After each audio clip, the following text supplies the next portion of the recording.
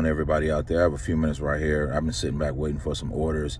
And I want to talk about something I noticed in my area. I don't know if it's going on everywhere, but something I've noticed over the last few days since I've been doing DoorDash, Grubhub, and Uber Eats. I noticed that a lot of these orders are not as big as they was, like meaning that the customers aren't paying as much or the tips aren't as high. Not only that, it's just not as many orders. I don't know if it's just because it's like almost winter time or it's just the fall time or whatever, being that it's later in the year.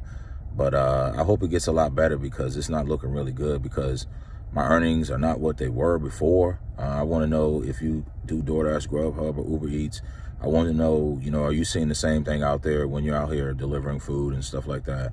Or is it just like something that's going on where I live? I want to know. So I think possibly what could be affecting the earnings, being there's not as many orders as it was.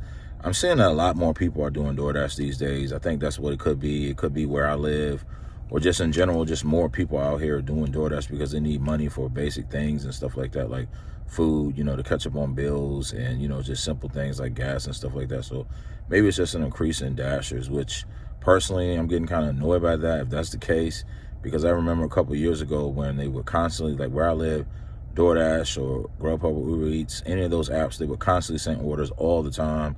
So it was constantly a flow of orders, and you would always had lots of different type of orders to pick from. You basically, what I prefer doing anyway, is I like cherry picking. I'll just simply pick the good ones, the best ones where I'm going to make the most money. I don't do nothing that's basically under $7. Average, I do $8 to $10. I'm not going to do no orders that I'm not going to make any profits on.